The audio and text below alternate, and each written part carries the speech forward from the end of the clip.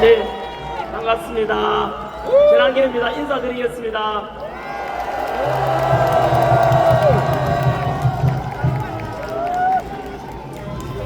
네, 여러분 먼저 고맙고 사랑합니다.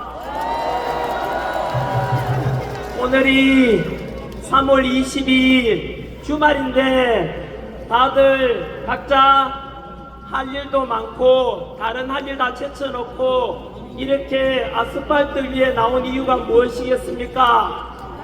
바로 자유민주주의를 지키고 또 우리나라 사랑하는 마음, 그래서 각자 태극기 들고 성조기 들고 나오신 모든 여러분들이 바로 진정한 애국자고, 여러분들 때문에 윤석열 대통령이 직무복귀될 것이고, 덕분에 우리 자유민주주의 대한민국은 제자리 찾아가고 더욱더 발전할 것이라 믿습니다.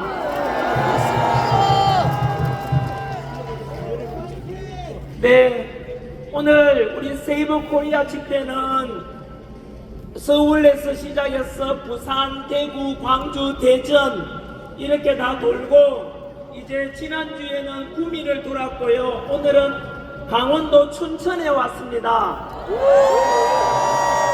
여러분, 이제 중소도시를 통해서 전국 방방곡곡에 애국 시민들 찾아다니면서 인사도 드리고 2030 세대들과 미래 세대들이 더 살아갈 더 나은 대한민국 위해서 함께 만나고 이야기 나누고자 앞으로도 계속 찾아갈 것이고, 한 번 더 오늘 춘천 왔는데 강원도민 여러분 한 번 더 모두 감사드립니다. 한번 돌아보십시오. 너무 많은 사람들이 왔습니다. 한번 보십시오. 한번 둘러보십시오. 끝이 안 보일 정도로 최고입니다. 강원도 지역 국회의원님께서도 조금 전에 본부석에 와 계시던데요. 같은 마음인 것 같습니다. 감사드린다는 말씀을 드리고 싶고요. 먼저 저는 크리스찬입니다. 저는 하나님을 사랑합니다. 그리고 자유민주주의 대한민국을 사랑합니다. 이렇게 모여가지고 하나님을 믿는 분들은 하나님께 기도하고 또 부처님 믿는 분들은 부처님께 기도하고, 이런 자유민주주의 대한민국이 너무 좋지 않습니까? 반면에 북한이나 그리고 사회주의 중국에 가면은 당도 하나밖에 없고 시진핑이나 김정은 비판하면은 잡혀가고 종교의 자유가 없습니다. 중국에 가면은 이미 교회가 다 불탔고요. 신장 위구르 지역이나 티베트 지역에 가면은 그 지역 불교마저도 모두 다 탄압을 당했습니다. 그래서 우리 자유민주주의 대한민국은 종교의 자유가 있고 신앙의 자유가 있는 이런 게 너무 좋지 않습니까? 중국하고 실용주의로 가는 건 좋겠지만은 그렇게 사회주의 체제가 되고 종교 자유도 없고 신앙 자유도 없는 그런 체제는 저는 절대 반대합니다, 여러분. 현재 우리가 오늘 여기에 왜 모였습니까? 뭐 축제를 즐기고자 모인 건 아니지 않습니까? 아시다시피 아직까지도 벌써 100일이 넘었지만 우리나라에는 대통령이 현재 직무 정지된 상태고 국무총리도 탄핵 중에 있고 경찰청장도 없고 서울경찰청장도 없고 국방부 장관도 없는, 어떻게 보면은 너무나 위기 상황 아닙니까? 그지요? 그래서 이 오늘 제 연설은 춘천에서 진행되지만은 여기 언론인분들이 많이 와 계시기 때문에 전국 방방곡곡에 많은 분들이 보고 계실 거라 생각이 듭니다. 저는 오늘 이 마이크를 들고 바로 정치하는 분들께도 부탁드리고 싶습니다. 정치하는 지도자들이 잘했으면은 우리가 이 주말에 아스팔트에 나와서 이럴 필요도 없을 것 아닙니까? 대한민국은 지금 현재 이 위기 속에서 탄핵을 찬성하는 쪽의 지표도 어느 쪽에 열리고 있을 거고요. 반대하는 지표도 이것처럼 너무나 많은 사람들이 모여가지고 목소리를 내고 있지 않습니까? 그래서 지금 대한민국은 너무나 안타깝게도 국민들이 거의 두 조각이 나 있는 상황입니다. 하지만 여러분, 제가 수능 강사할 때 학생들한테 그렇게 이야기했습니다. 인생을 살던 인생론도 그렇고 국가론도 마찬가지로 지금이 위기라면은 위기에는 두 가지 뜻이 포함되어 있습니다. 위험하고 기회의 합성어가 위기라고 합니다. 지금 쉽게 말하면 우리나라는 탄핵 정국 속에서 정치, 경제 힘든 것뿐만 아니라 사회적 갈등은 크게 달하고 있습니다. 모든 국민들께서 참으로 걱정하는 마음으로 이렇게 지켜보고 계시고 또한 이런 나라 살려야 되겠다 싶어서 놀랍게도 비상기금 상황에서 바로 우리 2030 청년 세대들이 먼저 뛰쳐나와가지고 이러면 안 되겠다 싶어 나왔지 않습니까? 저는 이렇게 생각을 합니다. 지금 현재는 TV만 켜고 유튜브에 들어가기만 하면은 온통 싸우고 뭐 그런 뉴스밖에 갈등 뉴스밖에 없지만은 이번에 탄핵 정부를 잘 극복하면은 아까 말씀드린 대로 위험은 기회와 합성 아닙니까? 위기가 그지요? 그래서 우리 대한민국이 망하기를 바라는 나라들이 누군지 압니까? 여러분 사촌 논사면 배 아프다는 것처럼 국가관계도 마찬가지로 우리나라가 잘 나갈 때는 이웃나라가 못 나가고 이웃나라가 잘 나갈 때는 우리가 찌그러지고 그랬습니다. 일제 식민 지배를 할 때는 일본이 잘 나갔지만 우리는 식민 지배를 받았지 않습니까? 6.25 전쟁을 통해서 우리끼리 싸우는 동안에 일본이 그 6.25 물자 보급 때문에 다시 일어나게 됩니다. 이게 역사입니다. 따라서 이번 탄핵 정부 끝나고 나면은 왜 우리끼리 싸우고 우리끼리 분열해서 망하면은 이웃 나라들이 좋아하지 않겠습니까? 그런 짓을 할 필요가 없지 않겠습니까?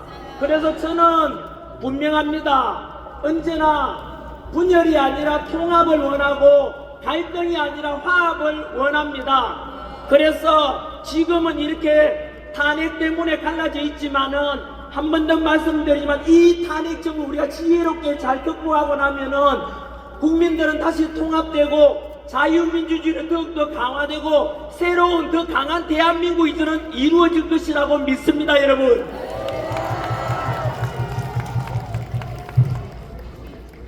그래서 지금은 참 이렇게 혼란 속에서 아스팔트에 나왔지만은 그럼에도 불구하고 우리가 희망과 용기를 가지고 앞으로 만들어갈 우리 자유민주주의 대한민국에 대해서 오늘 저는 두 가지 말씀을 드리겠습니다.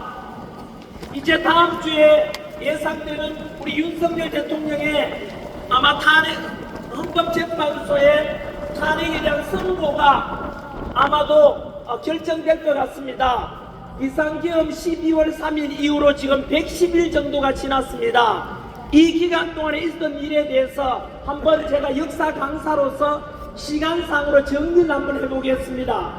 그래서 혹시나 동영상으로 보시는 분들 중에서도 지금 여기에 모인 분들은 우리 강원도민들과 전국에서 윤석열 대통령 탄핵을 반대한다, 직무복귀를 원한다, 그래서 자칫 자유민주주의가 강화됐으면 좋겠다고 하겠지만 또 유튜브나 방송은 불특정 다수가 볼 거기 때문에 혹시라도 우리 정치적 입장이 반대쪽에 있는 분들도 잘 들어보시면은 우리가 주장하는 바는 전한길도 주장하는 바가 단순한 윤석열 대통령의 직무복귀만을 원하는 게 아니고요. 그 이상 다시 말하면 자유민주주의 수호하고 대한민국이 발전해야 된다는 이런 생각을 가지고 자유민주주의 수호를 위해서 목소리 내고 있지 않습니까? 그렇다면은 탄핵을 찬성하는 쪽이든 반대하는 쪽이든 간에 자유민주주의를 수호하고자 하는 이 목소리에 대해서는 아무도 반대할 수가 없을 겁니다. 그렇지 않겠습니까? 지난해 우리는 12월 3일 날 깜짝 놀랄만한 일이 있었지 않습니까? 바로 윤석열 대통령께서 비상계엄을 선포했고 그 뒤로 12월 한 달 동안에는 탄핵이 각하되냐 아니면 의견 가결되느냐 기각되느냐 이런 논란이 많았고 12월 달에는 그 추위 속에서 공포감 속에 살았습니다. 첫 번째는 비상계엄은 곧 내란이다 이래가지고 그 공포감 속에서 국회에서 윤석열 대통령을 탄핵시켜버렸지 않습니까? 그때 기억나십니까? 비상계엄은 내란이다 하고요. 그런데 여러분 지금 이제 비상계엄은 내란이다라고 말하는 사람 많지 않습니다. 왜냐하면요 예전에 이승만 대통령 때나 박정희 대통령 때도 역시 비상계엄이 선포됐은 적이 있었거든요. 하지만 비상계엄이 내란이란 말 들어본 적 있습니까? 없잖아요. 역사적으로도 대통령이 비상계엄 선포했는데 그걸 가지고 내란이라고 하는 적은 없습니다, 여러분. 그러면은요, 그 당시에는 언론에서 막 떠드니까 윤석열 대통령이 내란이 모양이다 해가지고 국회의원들마저도 겁이 나가지고 대통령을 그냥 탄핵시켜 버렸어요. 심지어 여당인 국민의힘 의원들까지도 일부 동참했지 않습니까? 그리고 언론에서는 계속 내란 하니까 국민들도 마찬가지로 긴가민가 했지 않습니까? 그때 여러분 윤석열 대통령 지지율이 몇 %였느냐 하면은 10% 되었어요. 이 말은요 거의 90% 가까운 국민들이 바로 비상계엄은 잘못됐다, 내란일 수 있다 이랬던 것입니다. 부끄럽지만은 지금 돌아보면 지난일도 그랬습니다. 비상계엄은 뭐냐 이거 21세기에 우리 민주화된 대한민국에서 이거 뭐냐, 저도 처음에는 미친 짓이라고 좀 극단적 표현을 썼었어요. 하지만 여러분 제 생각이 잘못됐지요. 여러분들은 언제부터 깨달은지 모르겠지만은 그래서 비상계엄은 내란이 아니라 대통령 헌법에 규정된 헌법 66조에 나오는 대통령의 고유 권한이다. 그래서 우리는 무엇에 관심을 가지게 됐냐 하면은 도대체 비상계엄을 그렇게 하면 왜 선포했지? 왜냐하면 비상계엄을 선포했을 때는 그날 밤에는 너무 무서웠거든요. 혹시나 밤에 유혈 사태가 발생하거나 국회에서 군인들이 왔다 갔다 하니까 무서웠지 않습니까? 그런데 아침에 일어나 보니까 비상계엄으로 인한 헌정 중단이라든가 국정문란이 있었습니까? 없었습니까? 없었지요. 다들 알다시피 2시간 만에 국회의원들이 의사당 본회의장에서 비상계엄 해제를 의결했지요. 그것을 받은 윤석열 대통령이 국무회의를 거쳐서 6시간 만에 비상계엄이 없어졌지 않습니까? 부상자가 있습니까? 없습니까? 없죠. 이런 비상계엄 본 적이 있습니까, 여러분? 그러면 무엇일까에 대해서 우리는 궁금해할 필요가 있지 않겠습니까? 실제로 오염된 언론에 의해 가지고 비상계엄 때 막 사살조가 있었다. 그리고 며칠 전에도 아직도 선동하지요. 그때 비상계엄이 성공했더라면은 시신 담는 비닐 있잖아요. 3,000개가 준비되고 있었다라고 민주당에서 이야기하지만 그거 다 괴담이고 가짜 아닙니까? 이제 국민들은 다 알아버렸는데 아직도 민주당에서는 국민들을 속이고 국민들은 모를 것이다 하지만 우리 국민들이요 지난 3개월 동안 탄핵 정국 속에서 너무 많은 걸 알아버렸어요. 금방 말씀드린 대로 비상계엄은 내란이 아니잖아요. 금방 말씀드린 대로 성관 위에 군인들이 갔지만은 성관 이 직원들이 전혀 피해받은 거 없잖아. 밤에 가서 그냥 검사만 하고 나왔잖아요. 국회 의정 활동을 중단시킨 것도 없잖아요. 그럼 여기 계시는 혹시나 MBC 있어요? JTBC 있어요? 그 기자분들께 한 번 더 묻겠습니다. 어제도 보니까 비상계엄을 선포한 윤석열 대통령 보고 내란 우두머리, 내란 수계라고 하는데 그 기자분들 거짓말 아닙니까? 네? 그 내란이라는 것은 거짓말이잖아요. 거짓말을 보도하는 기자나 그 언론사는 문 닫아야 되지 않습니까? MBC 보고 있나? 너희들이 저지른 범죄가 얼마나 큰지 아느냐? 국민들을 분열시키고 선동하고 가짜뉴스로 어제 오늘까지도 비상계엄을 일으킨 선포한 윤석열 대통령 내란 수계라고 하는데 사기꾼이잖아. MBC 기자들 반성하라고. 그건 언론이 아니잖아요. 아니다. MBC하고 JTBC는 국민 여러분 오늘 이 시간 뒤로 잘 지켜보시고 다시 한 번 더 내란이라 하면은 그 방송국 문 닫을 때까지 시청하지 마십시오. 그리고 거기에 협조하는 광고 협찬하는 기업가들, 그 기업들 불매운동에 들어가야 됩니다. 그래서 비상계엄은 내란이라는 것이 거짓말로 드러났습니다. 그러면 민주당에서는 곤란했지 않습니까? 그래서 어떻게 했냐면은 어떻게든 윤석열 대통령을 내란으로 덮어 씌워야 된단 말입니다. 근데 민주당에도요 비상계엄이 내란이 아니라는 걸 알았어요. 그들이 안다니까요. 그럼 어떻게 해야 되겠어요? 민주당에서는 오직 목표가 하나 있어요. 법치고 공정이고 상식이고 필요 없고 무조건 윤석열 대통령 끌어내리고 이재명을 빨리 대통령 만드는 그것밖에 없는 거예요. 왜냐하면은 바로 다음 주 3월 26일 날 이재명이가 범죄를 많이 저질렀잖아요. 근데 민주당이나 이재명 지지하는 분들께 물어보고 싶어요.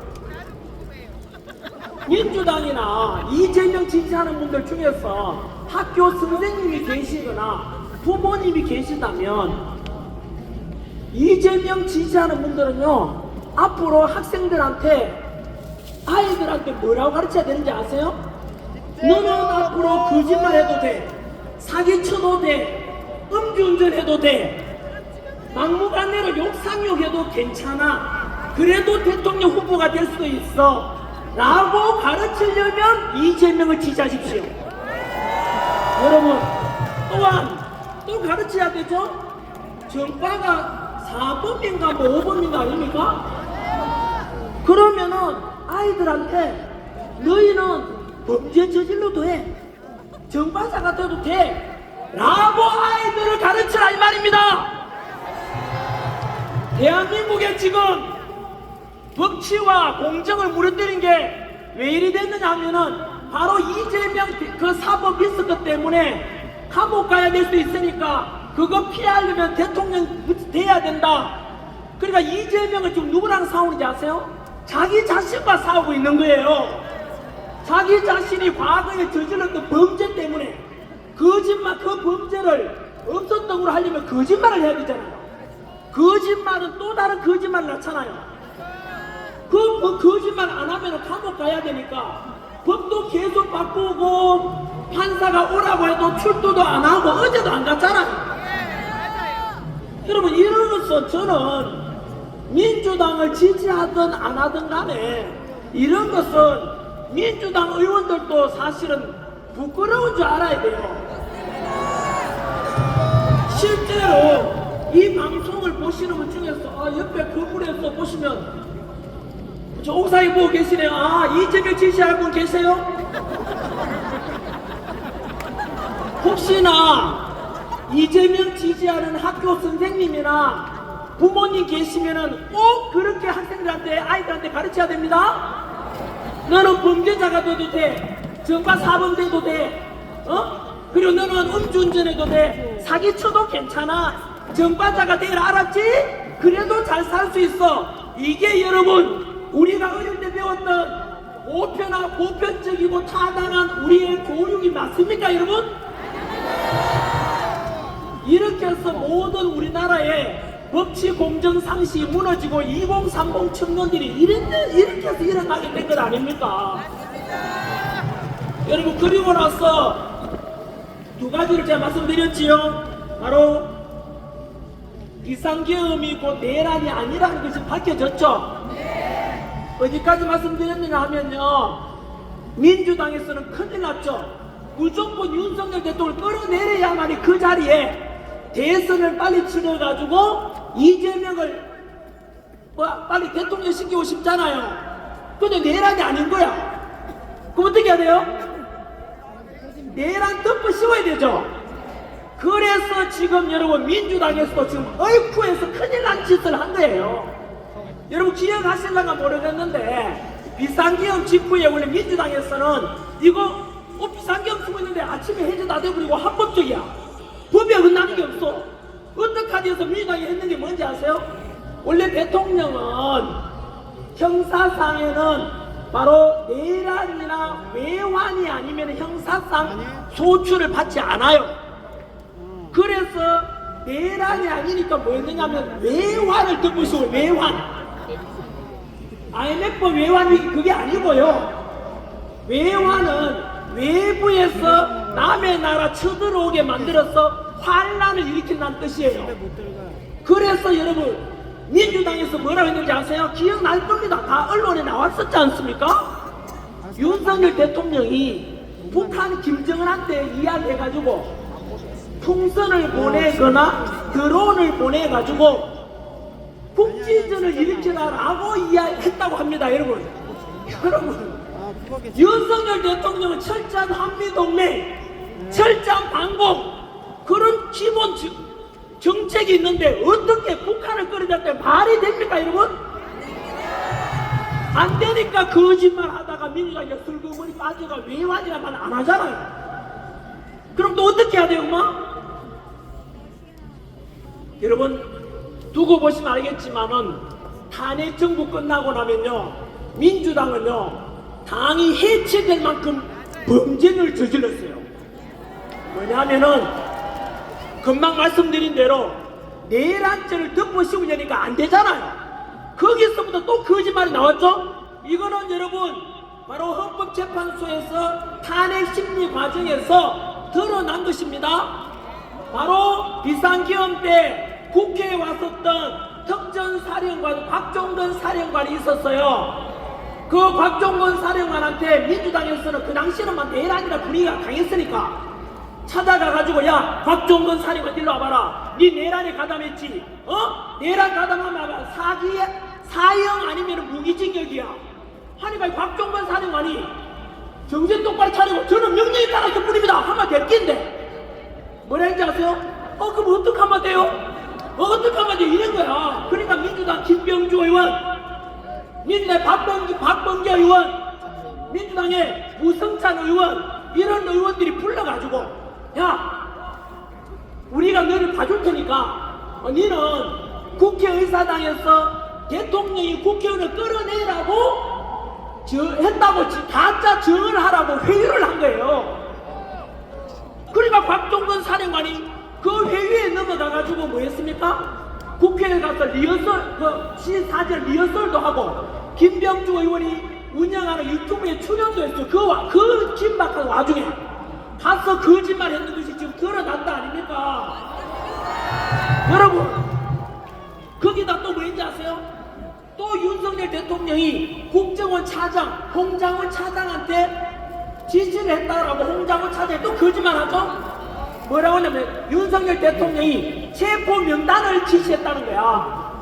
그런데 이 홍장원 차장이 대통령으로 받았다는 그 메모지가 체포 명단이 바뀌고 조작되고 그거 다 드러났어요 이미. 그게 바로 민주당의 박선원 의원이 주도했어요 그거를. 여러분 제가 그러면 부드럽게 이야기했지만 이게 여러분 얼마나 소름 끼치는지 아세요? 여러분 이게 무슨 말이냐면은 비상계엄은 내란이 아니니까 내란죄를 덮어씌우려고 하니까 외환죄 덮어씌우려 하다가 실패했고 내란죄 덮어씌우려니까 안돼. 그래서 저 거짓말로 윤석열 대통령 거짓말로 내란을 덮어씌운 거예요. 이게 여러분 두고 보시면 알겠지만은 이건 뭐냐면은 조선시대로 따진다면 역적 모의 영모입니다. 영모.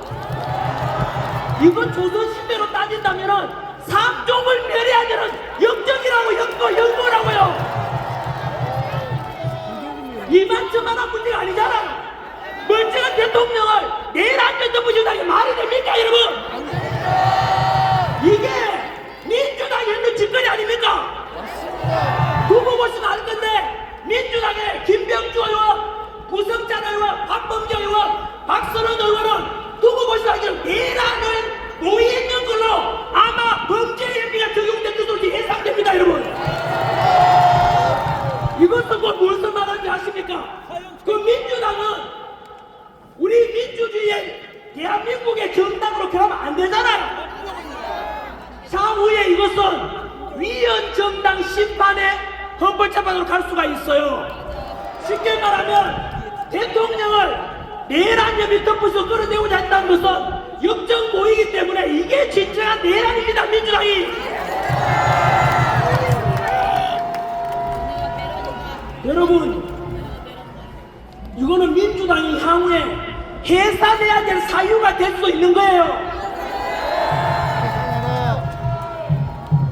저는요 학생들 가르치 입장에서 상식적으로 이해가 안 돼요.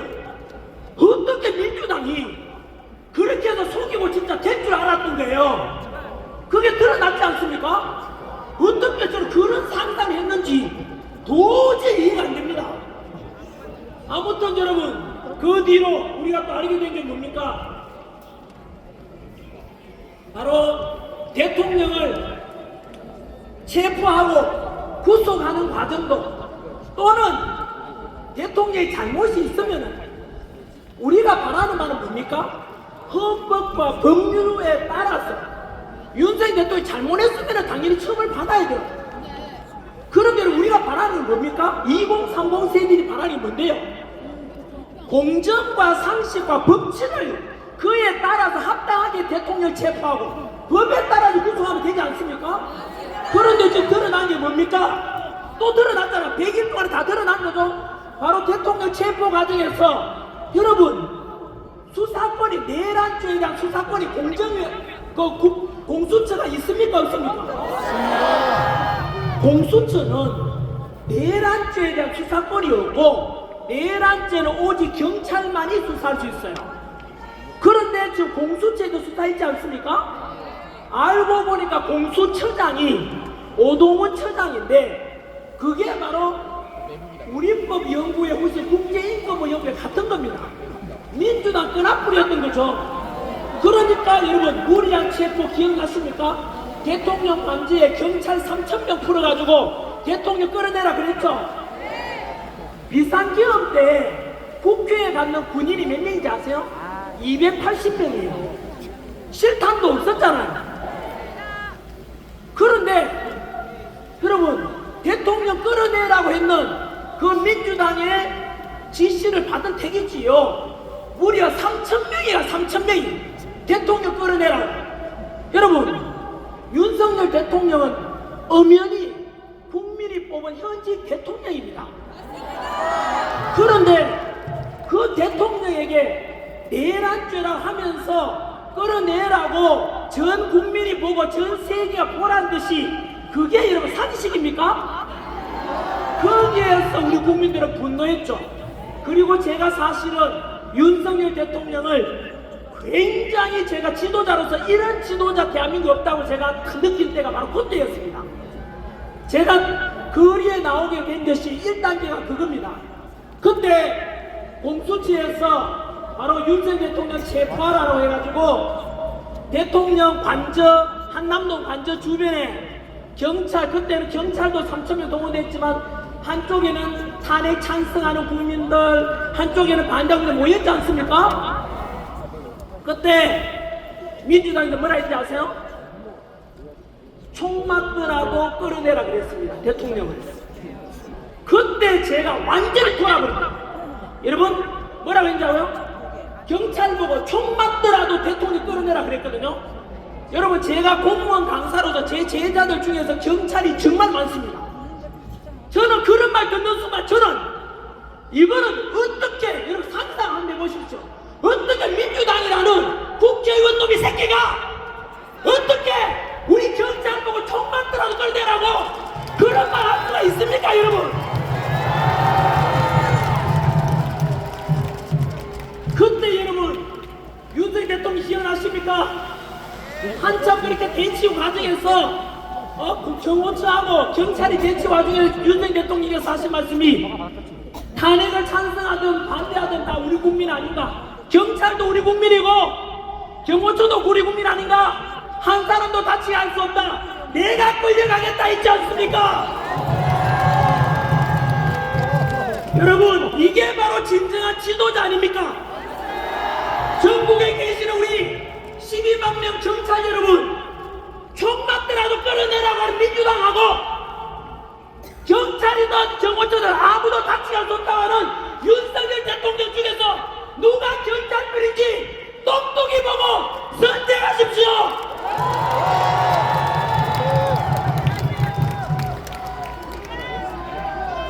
그때 저는 결심했습니다. 사실은 이렇게 국민들을 위해서 희생하겠다고 하시는 이런 지도자가 제가 가르쳐온 학생들이 가르쳐온 진정한 지도자입니다. 어려울 때 내 몸을 아끼지 않고 백성들 국민들을 위해서 희생하겠다는 그게 진정한 지도자 아닙니까? 그래서 그때 저는 결심했습니다. 사실상 이렇게 국민들을 아끼고 불법이 없었음에도 불구하고 억울하게 끌려가고 억울하게 체포되고 억울하게 구속되는 저 대통령 우리가 살려내야 되겠다. 저도 그때 결심한 것입니다. 진짜 시인 춘천에 왔어 지금. 윤석열 좋습니다. 충분히 우리 윤석열 대통령께서는 칭찬받아 마땅합니다. 그럴 자격이 있습니다. 우리나라를 이끌어갈 진정한 지도자답습니다. 역사 속에서 어려워져 보면은 그때 모든 것이 드러나는데 바로 그 다급한 상황에서 국민들을 다치게 하면 안 된다. 내가 끌려가겠다 했던 그 저는